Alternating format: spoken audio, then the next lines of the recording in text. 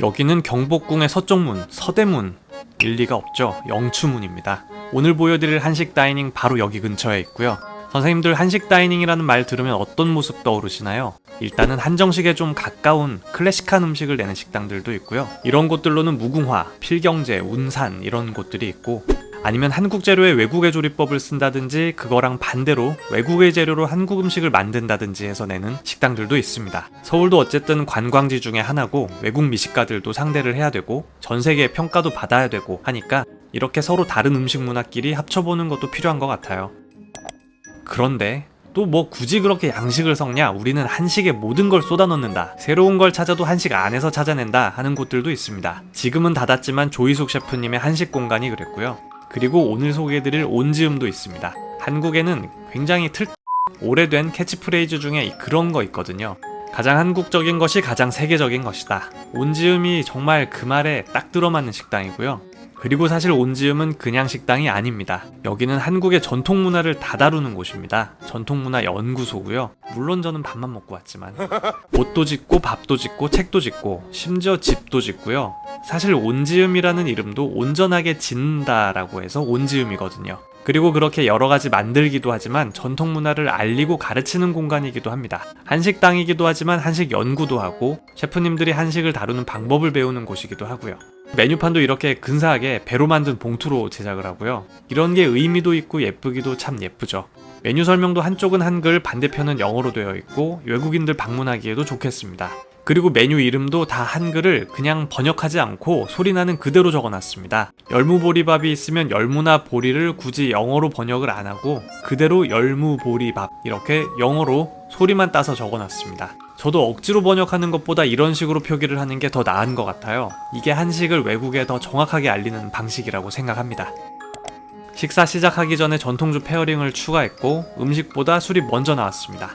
시원한 에이드 같은 모습인데 의외로 소주가 들어가 있습니다. 그래서 생긴 거랑 다르게 소주 알코올 느낌이 살아있는 반전 매력이 있네요. 한식 다이닝들 어디든지 가보면 대부분 이렇게 주전부리로 출발을 합니다. 주전부리라는 말부터가 한국적이고 귀엽죠. 부각은 두 종류로 나오고 하나는 게, 하나는 옥수수가 들어갔습니다. 옥수수가 들어간다니까 나초랑 좀 비슷한 느낌도 있지만 나초 생각이 안 날 정도로 맛이 깔끔하게 나왔습니다. 나초는 좀 튀김 맛이 진하고 단맛도 좀 묵직하고 그런 느낌이 있죠. 이건 산뜻하게 정말 전체 요리 역할을 잘하는 부각입니다. 게 부각도 감칠맛 맛있고요.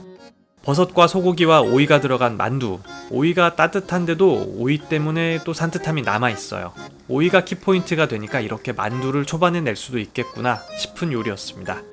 생긴 건 문어 같은데 말린 전복이고요. 간장에 절여 말려서 감칠맛과 짠맛이 또렷합니다. 짠맛은 한 단계 정도 더 낮아져도 괜찮지 않았을까 싶었네요. 고기에 젤라틴과 떡을 합쳐서 만든 족편 증편입니다. 코리안 샤큐테리죠. 젤라틴과 떡 두 가지의 쫀득함이 서로 다르면서도 비슷하게 겹쳐지는 식감이 좋습니다. 이건 아래쪽에 반편을 붙여서 만든 다식, 단맛 내는 한 조각으로 전체 요리를 마무리해줬습니다. 국수가 나왔습니다. 물은 한 방울도 안 넣고 밀가루 반죽을 했어요. 요즘 생면 파스타 많이들 드시는데 그 중에 보면 따야린이라고 하는 파스타가 있습니다. 거기도 물 없이 계란 넣고 반죽을 하는데 한국도 사실 그런 게 예전부터 있었다는 걸 보여주는 국수죠. 국뽕이 차오르죠.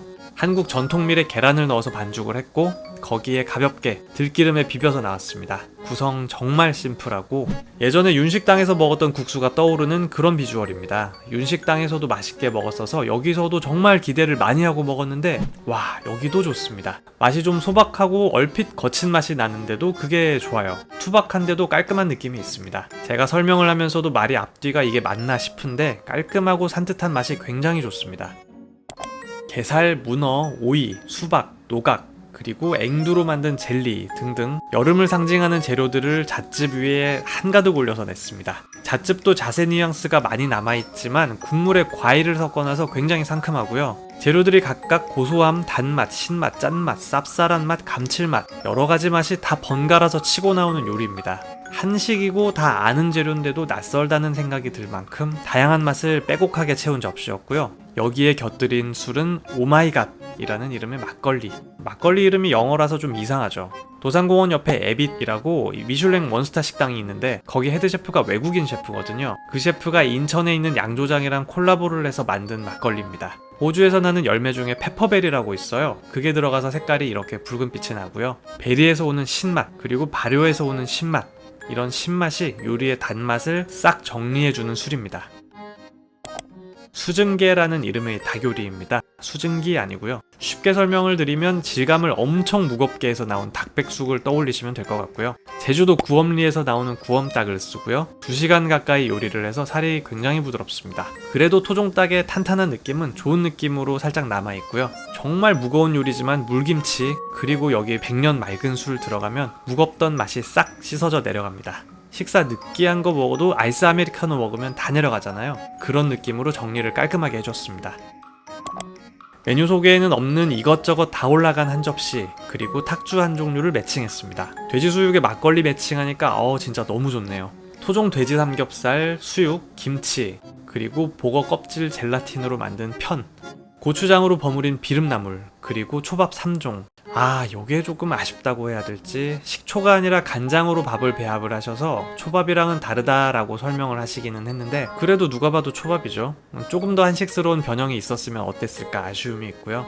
맛은 좋았습니다. 고소한 생선 3가지, 잿방어, 그리고 근해에서 잡힌 쫄깃한 국산 참치, 그리고 청어, 이렇게 3가지가 나왔고 스시집에서 딱 이렇게 나왔어도 엄청 놀랐을 것 같아요. 좋은 쪽으로.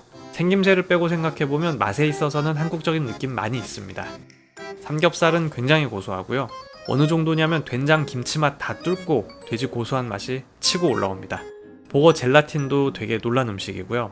액체가 잠깐 굳어져 있는 것 같은 질감이 되게 재밌고 그러면서 맛은 깔끔하고 고소해서 정말 신선하고요. 그게 또 삼겹살 옆에 있으니까 돼지랑 보거가 2가지 다른 스타일의 고소함을 서로 보여준다는 게 또 좋았고요. 그리고 비름나물. 나물이 정말 신기한 게 뭐냐면 다들 지역마다 똑같은 재료를 쓰는데 어디는 간장, 어디는 된장, 어디는 고추장, 어디는 소금 다 다른 나물을 내거든요. 제가 먹던 비름나물은 이렇게까지 맵게는 안 먹었었는데 매우니까 굉장히 임팩트가 있습니다. 맵고 알싸하면서 나물 향도 좋고요. 초밥이 니기리가 생각보다 예쁩니다.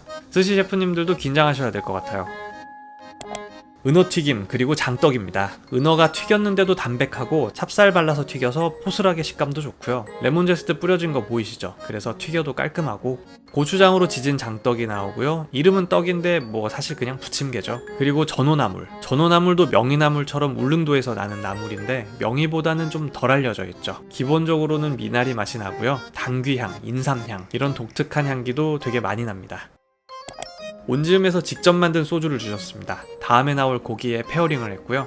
마셔봤는데 수준이 상당히 높습니다. 가격을 꽤 비싸게 해서 팔아도 사 마실 것 같은 좋은 소주였고요. 향도 풍성하게 잘 뽑았습니다. 소고기 산적 그리고 장어도 같이 나왔고요. 진한 맛에 진한 맛. 산적 잘 구워졌고 간장 소스도 너무 좋고요. 정말 고기 맛에 최적으로 어울리면서 고기 맛을 죽이지 않고 그러면서도 심심하지도 않고 딱 적당한 간으로 먹을 수 있고요. 조금 기름지면 소주를 한번 끊어주고 겉절이 먹어주고 하면 정말 끝도 없이 계속 들어갑니다. 사실 고기가 육향도 너무 좋아서 소주로 기름을 씻어내는 게 좀 아쉽다는 생각이 들 정도로 맛있게 잘 먹었습니다. 장어도 물론 좋았고요. 어떻게 이렇게 예쁘게 깔끔하게 굽는지 식감도 쫀쫀하고 맛있습니다.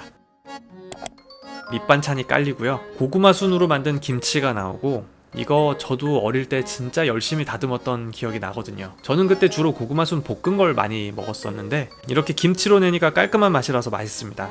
깻잎은 살짝 지져서 달착하게 양념을 해서 우리가 흔히 먹는 깻잎 무침의 좀 달고 고소한 버전이라고 생각하시면 될 것 같습니다. 밥도둑이고요.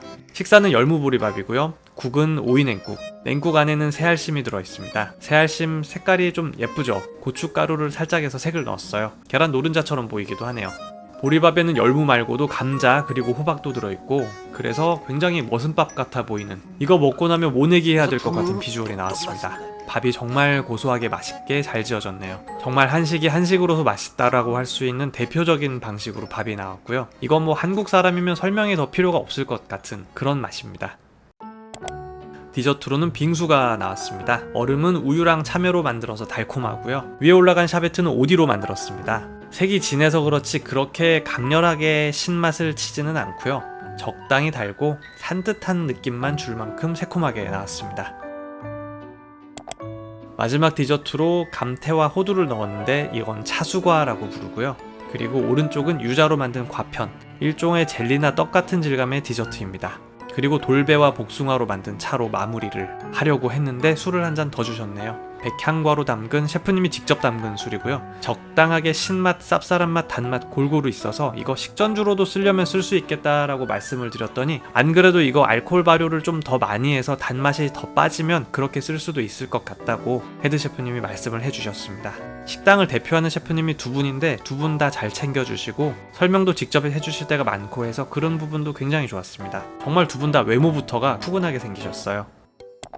온지음은 식사를 할 수 있는 공간도 그렇게 크지 않고요. 사실 예전에는 원테이블에 가까운 운영을 해서 뭐 그냥 못 가는 집이었는데 이제는 그 정도는 아니고 그래도 관심 있으면 갈 수 있는 난이도가 됐습니다. 그래서 저도 방문하게 됐고요. 여기도 식사 마치면서 아, 정말 내가 늦게 방문을 했구나 생각을 많이 했어요. 한국인이라면 여러 가지로 의미 있는 시간 만들기가 좋은 식당입니다. 단순히 식당에 가서 밥을 먹고 인테리어, 서비스, 분위기 그런 걸 즐긴다는 것 그 이상의 뭔가를 보여주는 식당. 앞으로 남아있는 시간을 위해서 찾고 배우고 익히고 물려주는 것을 책임감을 가지고 해내는 식당.